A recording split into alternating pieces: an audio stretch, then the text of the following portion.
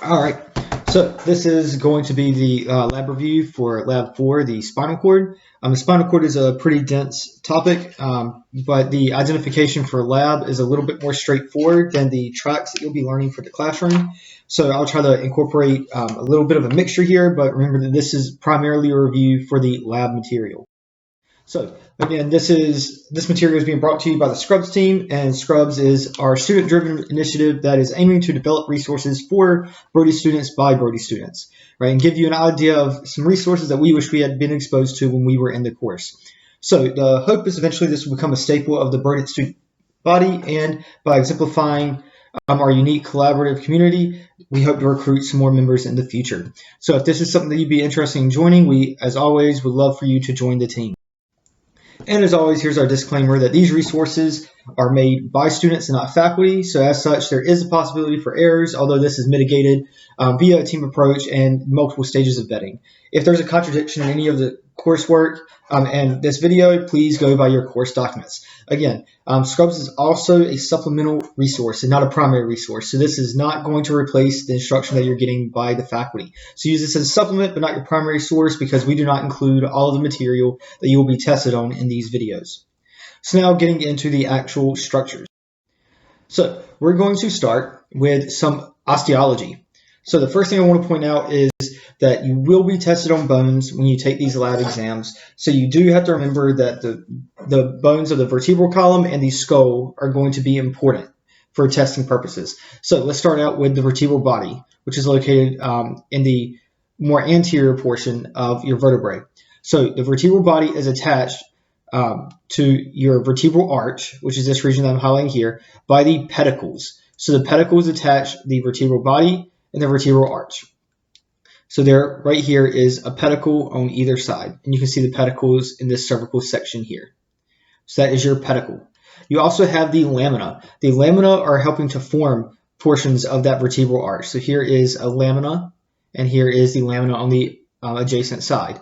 So pedicles closer to the vertebral bodies, lamina closest to the spinous process, more posteriorly. Now you do have articular facets. These articular facets allow for you to articulate between the vertebrae above and the vertebrae below. So this is your superior articulate facet. This will allow articulation with from this vertebrae with the one above. And then not seen here, you have an inferior articular facet that is going to allow communication with the vertebrae below. This specific vertebrae is a thoracic vertebrae, and one of the reasons I know this is that this is a costal facet here. This is allowing articulation with the ribs. Now, I mentioned a minute ago this is a cervical vertebrae. One of the reasons that I knew this is a cervical vertebrae is because it is a bifid spinous process. So there are 2 points here as opposed to the one in the thoracic region. In addition, you have a transverse foramen. These transverse foramen are only present in the cervical vertebrae, and this is allowing the transmission of your vertebral artery to go up into the skull. Okay, so it is important that you know that your transverse foramen are allowing communication of the vertebral artery up to the skull before it forms the basilar system. Right, now in the center, you have the central canal. The central canal is going to allow the spinal cord to rest within the vertebral column. Right, and lastly, I want to point out the intervertebral disc located right here in between the vertebrae. So let's do a little thought exercise. Let's say that this vertebrae right here is your L1 vertebrae, and the one below is the L2 vertebrae. If the disc in between L1 and L2 ruptures, meaning that the nucleus pulposus is pushing out from the annulus fibrosus into this space, then which spinal nerve do you think would be damaged? The L1 spinal nerve or the L2 spinal nerve? Now, it may seem like the L1 spinal nerve would be coming through this intervertebral foramen right here, that would be what is being compressed.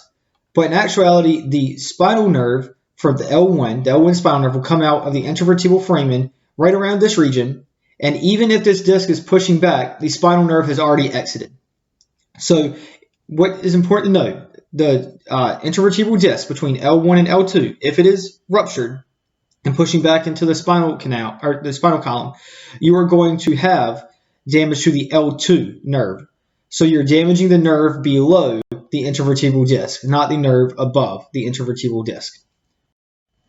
Okay, now going into a little bit different view here, we're going to talk about the different layers of the meninges. So let's start out with the dura mater. So the dura mater is the outermost layer of the meninges protecting the spinal cord. You've also talked about this in the brain. And then the next layer is your arachnoid mater. So your arachnoid mater is pretty difficult to see. It's always very thin, so I'm not going to point that out, but I want to point out the dura here on this image as well. So the dura is the most superficial layer of the meninges. Then you have the pia mater. The pia mater is right here. The pia mater is in a direct association with your spinal cord. So it is touching the spinal cord. It's the most deep layer of the meninges. Now, the space in between the arachnoid mater and the pia mater, you've talked about this, the subarachnoid space. This is going to be filled with cerebrospinal fluid, which is allowing the spinal cord to float so it doesn't get jostled around and damaged. But that said, you also need to anchor the spinal cord somehow. So that way, when you're moving around, it's not just swinging back and forth, back and forth.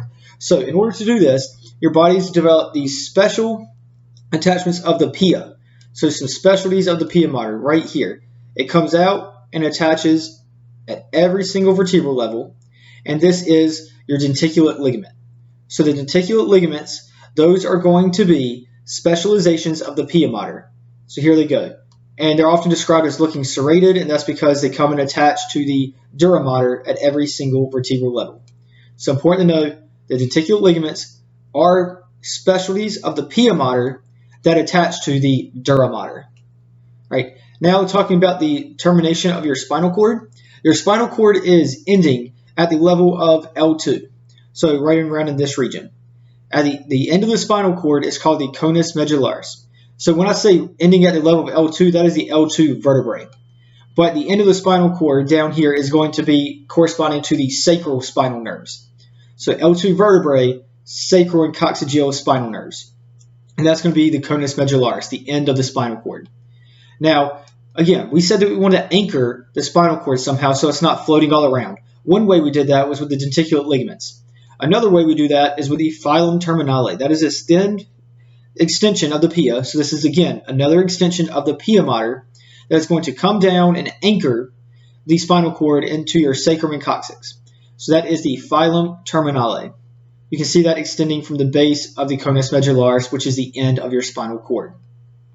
Now, I will point out the filum terminale.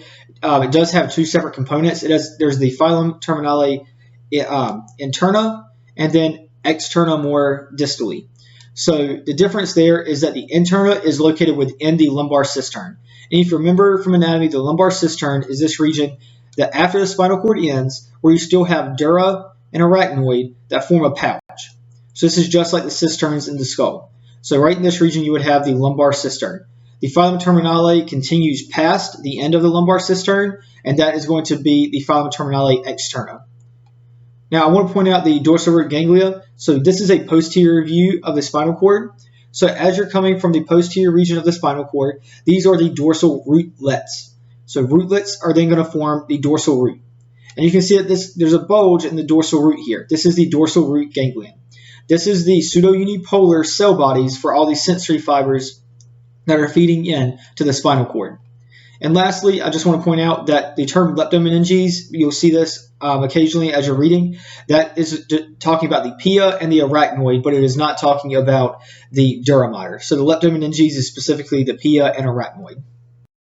Okay, now some gross things that you need to know for this section is that the pyramidal decussation is located at the bottom of the medulla, and it's at the region of the beginning of the spinal cord, and it is this little outcrop here at the base of the medulla. So right here is the pyramidal decussation. You'll need to be able to identify this in lab. The biggest point that you need to know for the pyramidal decussation is this is where motor fibers from your cortex are crossing over to the opposite side. So in my right hemisphere, I'm going to have motor fibers that control my left leg. So the motor fiber starts in the right hemisphere. I send the fiber down. It goes on the same side and then crosses at the pyramidal decussation. Once it crosses, it will continue down on the left, all the way down until I hit my effector target. So know that the crossing over of motor fibers is happening at the pyramidal decussation. Really important point. Now, two enlargements that you have in the spinal cord are going to be the cervical enlargement and the lumbosacral enlargement. The cervical enlargement is up near the superior region, hence the name cervical, lumbosacral down towards the bottom. These enlargements are due to the limbs. You need more gray matter, white matter. You need more nerves when you're talking about innervating the limbs. So this is the region of the brachial plexus up in the cervical enlargement, and this is the region of the lumbosacral plexus down here in the lumbosacral enlargement. The last thing I want to point out is the obics. The obics can be seen from a posterior view of the brainstem. So this is a posterior view of the brainstem. One of the ways to know this is posterior is I can see the tectum with the superior and inferior colliculi as well as the pineal gland. The cerebellum has been removed here. So what I'm looking at here is the rhomboid fossa. You can see that it has a rhomboid shape, those four sides. At the base of the rhomboid fossa, right here, is going to be the obics. The obics is the entrance to the central canal of the spinal cord. Okay, so this is allowing CSF to flow from the fourth ventricle, which is what's located here, down into the central canal, and that is the obics. On either side of the obics is what we call the area postrema. This is going to be responsible for your emetic response, so your vomiting reflex. Okay, now actually getting into some cross sections of the spinal cord. This is really where the majority of your questions are going to come from. So let's just talk about some large areas, and then we'll go more detailed as we move throughout this video. So let's start with the posterior median sulcus. This is a really great landmark to look for. The posterior median sulcus is exactly where it says it is, posterior and in the middle. So I do want to point out the difference between a sulcus and a septum. A sulcus is an indentation of the spinal cord, so this little indentation here, whereas the septum is going to split regions of white matter and go all the way to the central canal or to the horns. So this is going to be the posterior median sulcus in the back and posterior median septum. Really good landmarks to look for. We also have posterior lateral sulcus, and the posterior lateral sulcus is going to be exactly as it says, posteriorly, so in the back, and more laterally. So this is your posterior lateral sulcus here. The posterior lateral sulcus is where your dorsal horn is entering the spinal cord. So all of those sensory fibers coming into the dorsal horn, entering the spinal cord at the region of your posterior lateral sulcus. And I've talked about it here, your posterior root entry zone. So it's where those sensory fibers are entering the spinal cord, going to your posterior horn. Also, in certain regions throughout the spinal cord, you will have a posterior intermediate sulcus. We'll talk more about what those regions are going to correspond to, but the posterior intermediate is between the posterior lateral sulcus and the posterior median sulcus. So posterior intermediate sulcus is going to be right here. And with the posterior intermediate sulcus, you're going to have a posterior intermediate septum. So there goes the septum there. And what this is really, this is a really great landmark to look for, because you're going to see that this is splitting your posterior columns. So this is the posterior column in the back. It's splitting the posterior column into two different tracts. It's important to know that if you can see those two different tracts, then you are above the level of T7. And we'll talk more about this as this video progresses. But once I see that there is a posterior intermediate septum, I am above the level of T7 in the spinal cord. Okay, then let's move over to the front. Let's talk about the anterior median fissure. So fissure, you can see that the rest are sulcus and septum. Fissure is indicating that it's a little bit larger than the rest. The anterior median fissure is right here in the middle. So that's a great landmark to look for. You also have anterior lateral sulci. The anterior lateral sulci are located just like the posterior laterally, but instead they're anterior. And the posterior lateral sulcus back here allow the dorsal roots to enter the spinal cord. This is going to be where the ventral root is arising as motor fibers are leaving the spinal cord. And that is your anterior lateral sulcus. Okay, the last thing I want to point out is the anterior commissure, also known as the anterior white commissure. That is this thin strip of white matter that you see in the spinal cord, right in front of the central canal. So this right here is your anterior white commissure. We're going to come back and talk about this, but this is really important for crossing fibers in the spinal cord, especially your spinothalamic tract, which is your pain sensation. So now going into, again, large view, but now we're getting a little bit more granular, gray versus white matter. So in the center of your spinal cord, you are going to have gray matter. So gray matter is located centrally in the spinal cord. Gray matter is corresponding to the nuclei of different neurons. So you're going to have different neuron cell bodies located in the gray matter. So white matter is located in the periphery, and in this particular image, it's going to be stained dark. So it is important to know that depending on the staining that is used, the white matter may look darker than the gray matter, or the gray matter might look darker than the white matter. It's more important to just know that centrally You have gray matter. Peripherally, you have white matter. Now, you have the posterior horns in the back. So regions of your gray matter, posterior horns in the back. You have one on either side. We'll talk about the rex lamina later, but this is going to be rex lamina 1 through 6. Anterior horns are in the front. Anterior horns come out towards the front. That is rex lamina 7 through 9. Okay. Then you have an intermediate gray. So in between the posterior horns and your anterior horns, you have a region in the middle. Okay, these regions in the middle are going to be your intermediate gray. This is rex lamina number 7.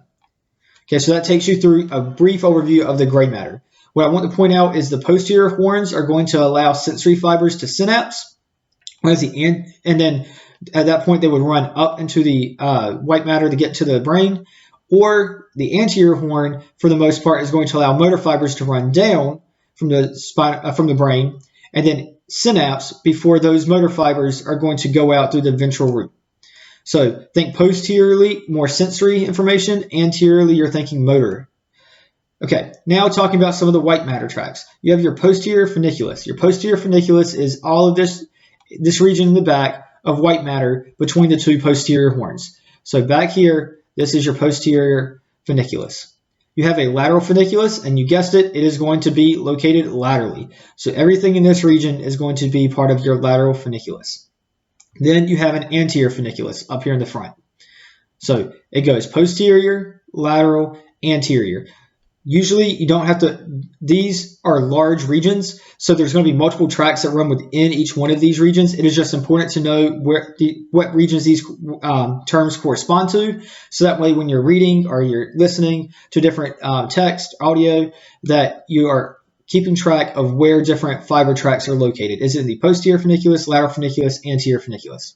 Last, I want to point out the posterior columns. You have a posterior column on either side. So here is one posterior column, and here is the other posterior column. And we'll talk about this in just a moment, but this is where you're going to have primarily sensory fibers running up to the brain.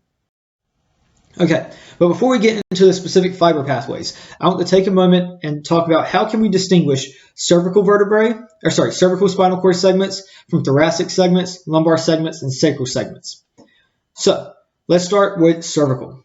So here is a cervical section. Right here, one of the main landmarks I'm looking for as I'm making the distinction is in the cervical region, I should have that posterior intermediate septum. And this is because I'm going to have the gracile fasciculus and the cuneate fasciculus. And we'll talk about that in more detail in a moment. But right here, the posterior intermediate septum is going to let me know that I'm above the level of T7. That's the only information that provides. It does not confirm that this is a cervical section. So you say, well, Ryan, you're telling me how to distinguish cervical. How does this help that I'm just above the level of T7? It could be thoracic. Well, the next thing I look for, once I see that there is an posterior intermediate septum, meaning I'm above T7, I look to see, do I see prominent lateral horns? If I do not see prominent lateral horns, then I'm above the level of T1. So I don't see any prominent horns here, so that this is going to tell me that I'm above the level of T7, no prominent horns, so I'm not in the thoracic spinal cord segment, so I must be cervical. So those are the two key distinguishing factors I look for when looking at cervical spinal cord segments. In the thoracic region, again, depending on if you are above the level of T7 or below the level of T7, you may see a posterior intermediate septum. Again, this is because you're going to have the gracilis fasciculus and the cuneate fasciculus, and that's what that septum is separating. So in this region, I do see a posterior intermediate septum, so I know I'm above the level of T7. So I'm above the level of T7, but I could be thoracic or I could be cervical. How do I tell the difference? Well, I look over here on the lateral portion, and I see prominent lateral horns. You only have these lateral horns from T1 to L2. That is because this is your intermediolateral cell column, which is what is housing those autonomic sympathetic motor fibers. And again, if you think back to anatomy, those fibers are only housed in T1 through L2. So I see that lateral horn, nice and prominent.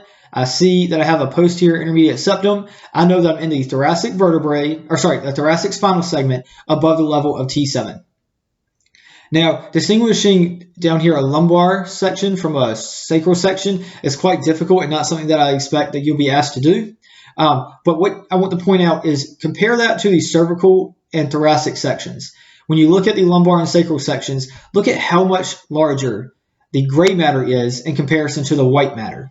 So up above, you have a lot of white matter. But as you go down, as white matter tracts are synapsing, right, synapsing in, motor fibers going out, you're starting to lose white matter the farther down the spinal cord you go, meaning it is getting thinner and thinner. But you have to maintain that gray matter because you still need that functionality. So as you get down, the proportion of gray matter to white matter is growing, and you're losing white matter. So that's really the major thing that I would look for when you're looking at lumbar and sacral sections as opposed to cervical and thoracic sections. So that's just a really quick overview on distinguishing the different spinal cord levels. So now this is where things get a little bit complicated. So I want to point out that in the lab, your primary goal is identification. But identification in the spinal cord segments, you're going to learn that there's only a couple of tracks that you're going to have to keep track of for every single spinal level. But for the classroom, you're going to need to understand what happens if you damage the track, how do I tell the difference between one track being damaged versus two tracks versus three tracks? Is this on the right? Is this on the left? How do I make that determination? So what I want to point out from these images, these are pulled from the nodal textbook. I want to show that what you are learning currently is in the red squares. This is everything that you need to be concerned with at this moment. The next exam will concern yourself with things a little bit higher. And then the last exam will concern with things that are up at the superior regions. So what you're doing is you're working your way up through the spinal cord into the brainstem, into the brain. In order to understand for the remainder of the course any other lesion that happens superiorly, you have to keep in mind what's happening down in the spinal cord. So the big point that this slide should be showing is you cannot forget the spinal cord once you finish this exam. It makes life so much harder, and it can be a lot better if you just remember to the best of your ability some of the main tracks that are happening in the spinal cord. Okay, so that is the point of this slide, and this is a great review slide to go back and look through for the different fiber pathways and how they run up to the brain. But I'm not going to spend too much time on this here because, again, the focus of the lab is identification as opposed to understanding all of these fiber pathways in a clinical setting. So I do want to point out here, this is a motor pathway. So unlike the previous slide, which was showing sensory pathways with things running in, this is a motor pathway where things are coming from the cortex, running down, and then we talked about them crossing over at the pyramidal decussation. Cross over at the pyramidal decussation, and now they're running on the contralateral side all the way down to their effector target. And so what I want you to know, anytime that you're going through material and you learn that there is a specific track and that it crosses over at a decussation or a commissure, you need to mark that down and say, okay, this is where a fiber pathway crosses. This is going to be a region that I can use to tell at what level injury occurred. Did it happen? Is the injury before the cross? Is it after the cross? Is the injury ipsilateral, contralateral? These are because all of these pathways are going to cross at different regions, it is a very good way to delineate at what level was the injury. Was it in the cortex? Was it in the thalamus? Was it in the brainstem? Was it in the medulla? Was it in the spinal cord? That is something that you'll get very good at as you continue with the course, but I want to put that in your mind now that anytime you see crossing tracks, you need to mark that down because that's going to be very important in terms of your clinical vignettes. Now, this image over here on the right does a really good job of showing you the somatotopic organization of these different pathways. And I'm going to start with this cartoon before we get into the actual segments because this is going to highlight things a little bit better. So I want to start out in the posterior columns. So in the posterior columns, you are going to have sensation, sensory, like I'm touching a wall, I can feel it on my fingertips. That's the kind of fiber pathway that's coming in here. So what happens is the fiber pathways are coming from the dorsal root ganglia, entering in to the spinal cord, and then they do not synapse, but then immediately run into your posterior columns and run up to your medulla. So fiber pathways coming in, these are primary sensory fibers, and then run up to the medulla. Those are located in the posterior columns. So in the midline of the posterior columns, if you're going to have two different tracks, this is going to be your gracilis, meaning this is taking information from lower spinal regions. As you come more laterally, this is the cuneate fasciculus. This is information from more superior spinal segments. The cuneate fasciculus is only located once you get above the level of T7. Now, what I need to point out is this image over here on the left is showing you the different fiber tracts and their location in the spinal cord. Over here on the right is showing you the somatotopic organization. So you can understand what this means. This is talking about somatotopic organization, refers to in the spinal cord, how are the spinal segments arranged? Where are your sacral segments as compared to your cervical segments when you're talking about the white matter?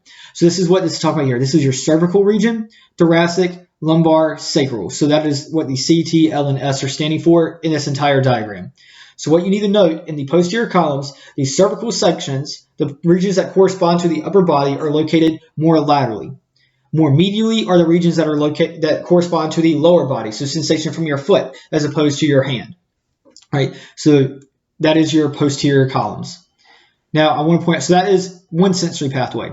The next sensory pathway I want to talk about is your spinothalamic pathway. Your spinothalamic pathway is a pain pathway, and what's really important to note here is that this pathway is a crossing pathway that crosses as soon as it enters the spinal cord. So this is really, really important in terms of clinical understanding of how to dictate where spinal lesions have occurred. So let's say that I have pain from this side of my body. It runs in through my dorsal column, and it is going to synapse in the rex laminal 1. It is then going to be a secondary sensory fiber that is going to cross through the anterior white commissure and into your anterior spinothalamic tract, anterior lateral spinothalamic tract.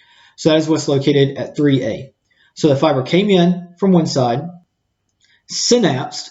Remember, the posterior column did not have synapsing fibers. This one does. You synapse, cross over through the anterior white commissure, and then go into the spinothalamic tract and run up towards the brain. Okay.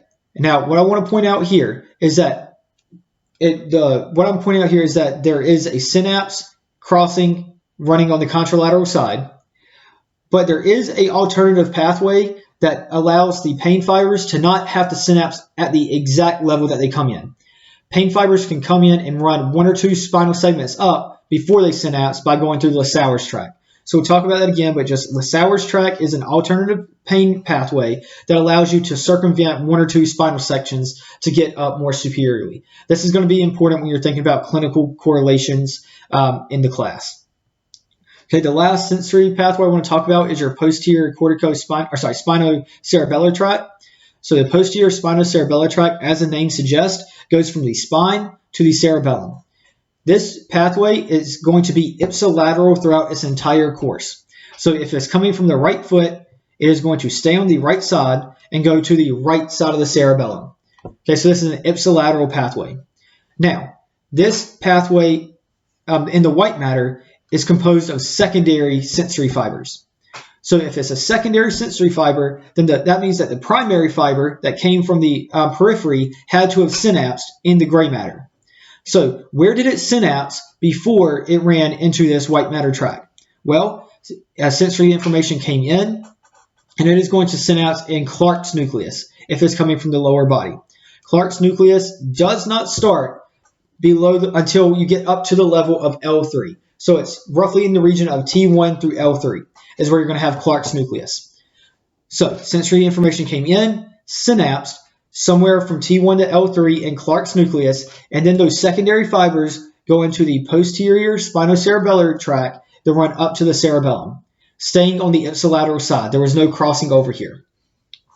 Now, a thought process I want you to think about. If Clark's nucleus does not start until the level of L3, how does the L5 spinal vertebrae or spinal cord section that corresponds to the cerebellar fiber that's going to eventually get there, how does that get into Clark's nucleus if it can't immediately come in and synapse? So if you're below the level of L3, in order to get to Clark's nucleus, what is going to happen is you are going to enter the spinal cord and you are going to run in the posterior columns. So you enter the spinal cord and you run in the posterior columns along with that conscious proprioception, conscious touch that you had. So you run in the posterior columns, and then when you get to the region of L3, or the region of Clark's nucleus, you can then synapse, and once you synapse, you will now enter the posterior spinocerebellar path, or tract. What this means is that just like Clark's nucleus is not located until L3, the posterior spinocerebellar tract cannot be located until L3 because it is comprised entirely of secondary sensory fibers, and you need the synapse before you can become a secondary sensory fiber.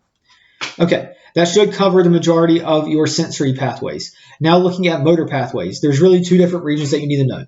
Over here on the lateral, so lateral to the gray matter, you're going to have the lateral corticospinal tract.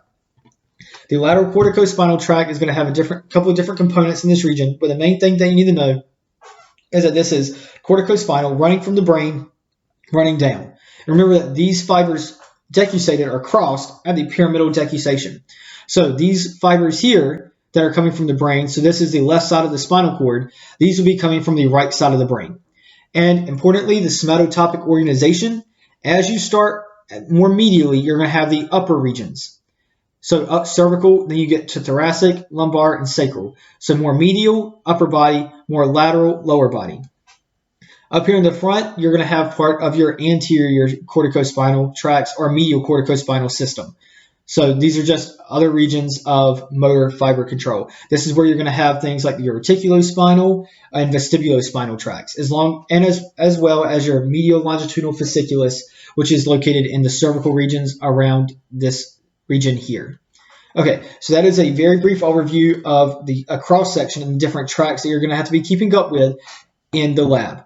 But again, this is a brief overview. You really need to understand where fibers cross over, where the decussations occur, and the clinical correlations that correspond to damage of each of these tracts for the computer exam.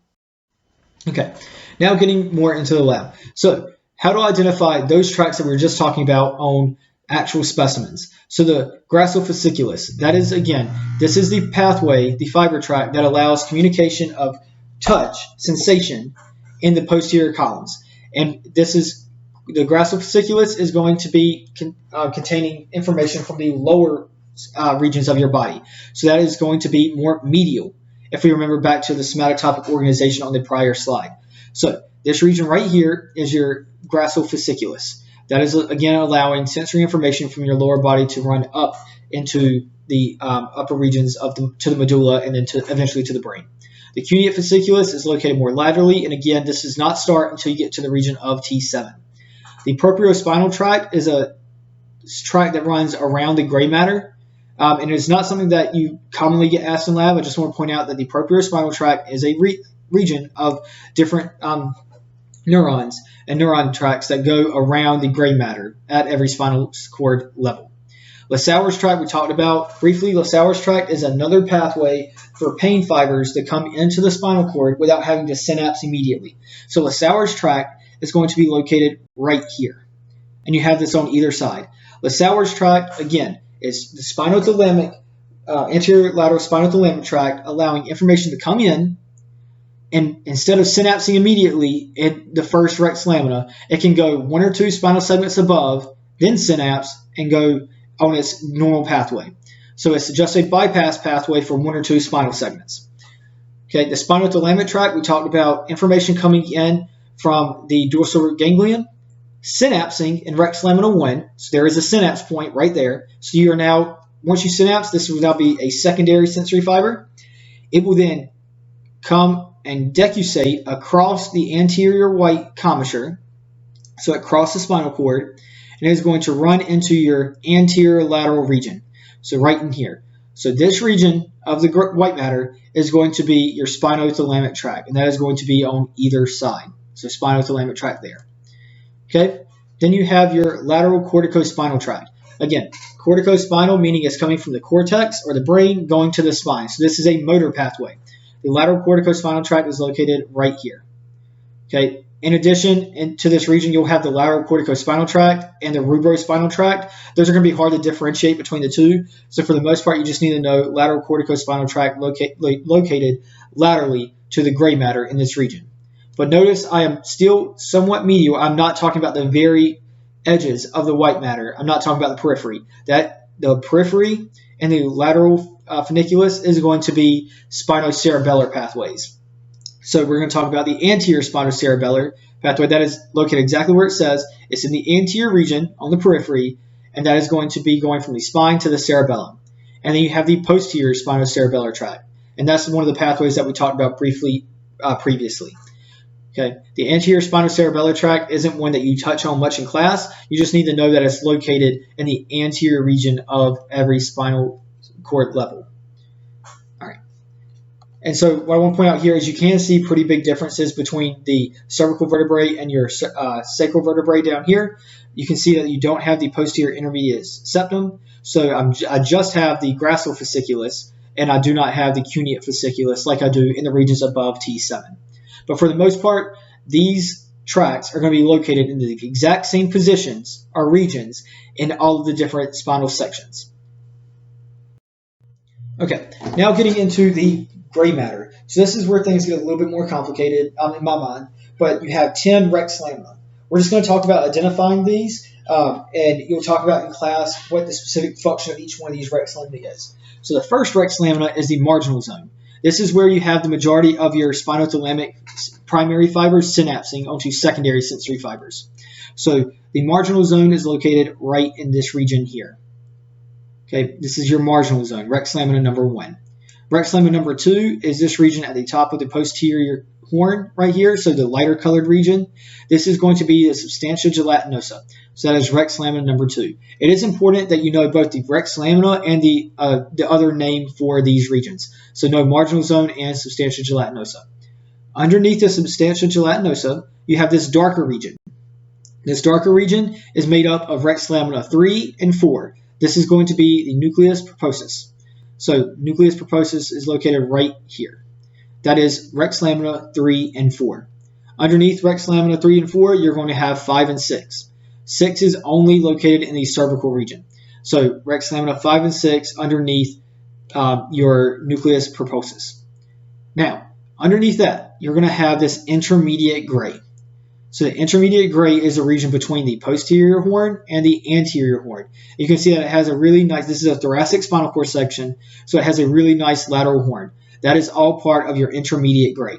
Your intermediate gray has 3 main functional components that you're going to need to know. You have the intermediomedial cell column, intermediolateral, and Clark's nucleus. So the intermediomedial cell column is located at the medial portion of the intermediate gray. This is going to be the where you're going to have synapse points for autonomic sensory information. So this runs all the way through the spinal cord. Then more in the medial, like in between the lateral and medial components, is where your Clark's nucleus would be located, roughly in this region. And then as you come most laterally, this is your intermediolateral cell column. The intermediolateral cell column we talked about, again, only is found from T1 to L2. T1 to L2 is where you're going to have your intermediolateral cell column, and this is the motor nuclei for your sympathetic nervous system. Right? Then rex lamina 8 and 9 are going to be located in your anterior horn. 8 and 9 located in the anterior horn. 8 is more medial. 9 is more lateral. And then rex lamina number 10 is going to be located around your central canal. So really the most important points here in terms of identification, you need to know the Sowers tract coming in, substantia gelatinosa, the marginal zone, rex lamina 1, substantia gelatinosa, rex lamina number 2, nucleus purposus, rex lamina 3 and 4, intermediate gray, which has the intermediomedial, Clark's nucleus, and intermediolateral cell columns. And then you have around the central canal, rex lamina 10, and then rex lamina 8 in the medial portion of your anterior horn, rex lamina 9 in the lateral portion of your anterior horn. And that will take you for the majority of what you need to know for the rex lamina. So now I want to talk briefly about some of the clinical correlations that you can see with this spinal cord injury. Now you do need to be ready for the lab assessment to see an image like this where maybe it has an X through a region, maybe it has a grayed out, but indicating some kind of damage. And the reason for that is you've talked about in class different kinds of damage to different regions. Now, tabes dorsalis. This can occur as a complication of syphilis. So if you have tertiary syphilis, one of the symptoms that you can get is tabes dorsalis, which is attack of the posterior column. So that's what this X is back here. So the damage is to the posterior column, meaning that you are damaging the tracts of the cuneate fasciculus and the grassophysiculus. And again, if you think back, what fiber pathways and what kind of fibers are running through these tracts? These are primary sensory fibers. So this means that I'm losing primary touch. I'm having a hard time picking up, I touch something and I can't quite feel what it is. That is what is being damaged here. But also remember, an interesting complication of tabes dorsalis, if you have damage to the posterior columns at, say, the level of L5. So think about L5. Not only am I losing that primary sensory fiber that corresponds to touch going to my primary somatosensory cortex, I'm also losing those fibers that correspond to that are eventually going to go to the cerebellum that haven't yet synapsed in Clark's nucleus. So remember that those fibers that are coming from inferiorly at, say, the level of S1, S2, S3, they cannot go into the posterior spinocerebellar tract until they synapse in Clark's nucleus. So they are running in the posterior columns until they get to that point. So an interesting complication is you could have cerebellar signs in the lower extremities as well as sensory loss to the rest of the body. Now, how do I distinguish tabes dorsalis from combined systems? So combined systems is caused by a B12 deficiency. Combined systems is going to have the same presentation as tabes dorsalis and damage the posterior columns.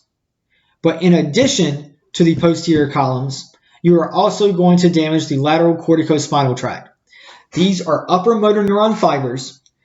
So upper motor neuron fibers that are going to be damaged in the white matter. So it's the same presentation as tabes dorsalis, but I'm also going to lose upper motor neuron control of my motor system.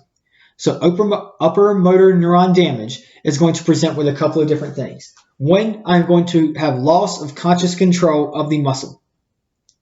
Two, because this is an upper motor neuron that is damaged, the lower motor neuron, which is located in the anterior horn, is still functional, meaning that my reflex arcs are still working. So what can happen here is I can have hyperreflexia, meaning I hit someone's knee to test a reflex, and instead of it just kind of bouncing out, it bounces out really far, really hard, really fast. So this would be hyperreflexia. Hyperreflexia is going to correspond to an upper motor neuron injury.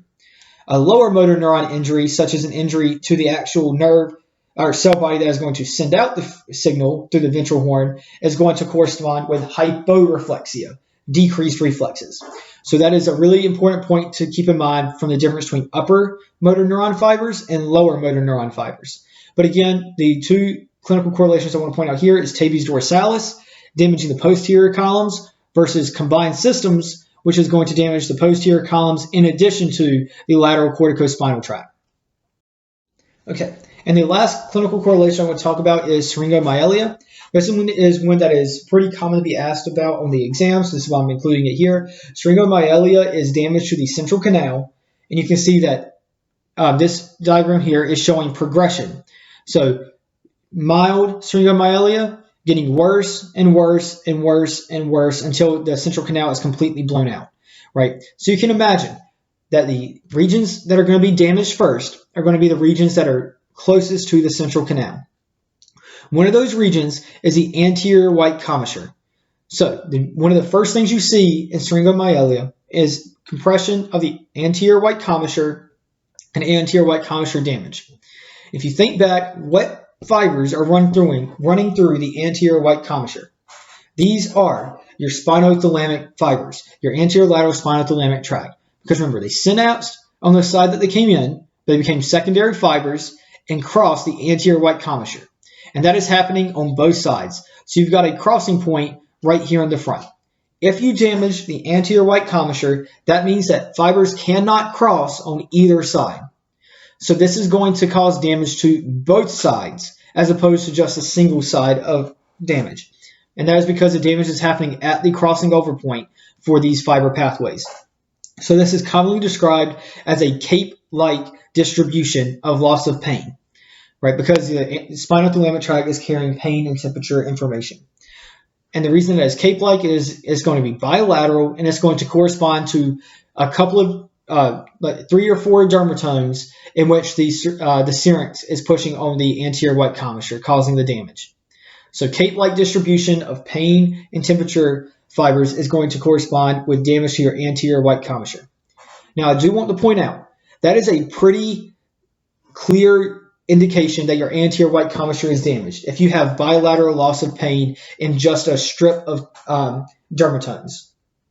So that should make you think syringomyelia. Some people are in the process of thinking through the clinical process that they see, okay, that makes sense. But if I also lose motor or sensory information, then maybe it's not syringomyelia. What I want to point out is as syringomyelia progresses, especially down here, as you can see in E, this is now starting to compress other tracts, not just the pain fibers. So you can still have syringomyelia with symptoms that are located or that connect to more than just loss of pain. So this could be loss of pain. As it progresses, you can get loss of motor as you damage the gray matter, or it can be loss of sensation as you damage the posterior columns and that white matter tract. So do remember that syringomyelia can present as more than just loss of pain in a bilateral cape-like fashion, but that is one of the most specific clinical correlations and presentations that you will see for this specific issue. Right? And with that, that will bring us to an end for this specific video.